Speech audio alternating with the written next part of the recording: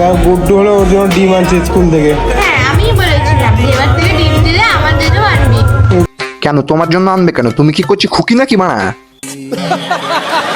रुको जरा। এবার গুড্ডু আর ডিম পাই না দেখিস। কেন পাবে না? কেন পাবে না মানে? ছোট বাচ্চাদের ডিম যদি তুমি ভরে নাও তাহলে ওটা কি করে পাই? ডিম খায় না নিরামিষ।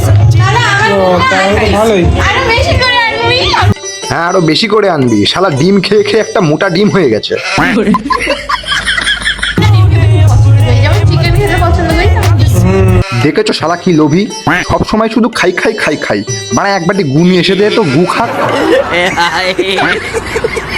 ডিম সেদ্ধ। আর ডিমটা খাওয়া তাড়াতাড়ি এবার মোমো খেতে যাবো। হ্যাঁ এবার মোমো খাবো। আমাদের এখানে মোমো বসেছে, মোমোর দোকান। মারা তুই যা খাস একটা হাতিও মনে এরকম খায় না। তাহলে এক কাজ কর, তোর এই বাবাইটাকে পারলে খেয়ে নিত, তাহলে মারা ও সাধ্য শান্তির জন্য আমাদেরকে 20টা দিন এই নাকামোগুলো দেখতে হবে না।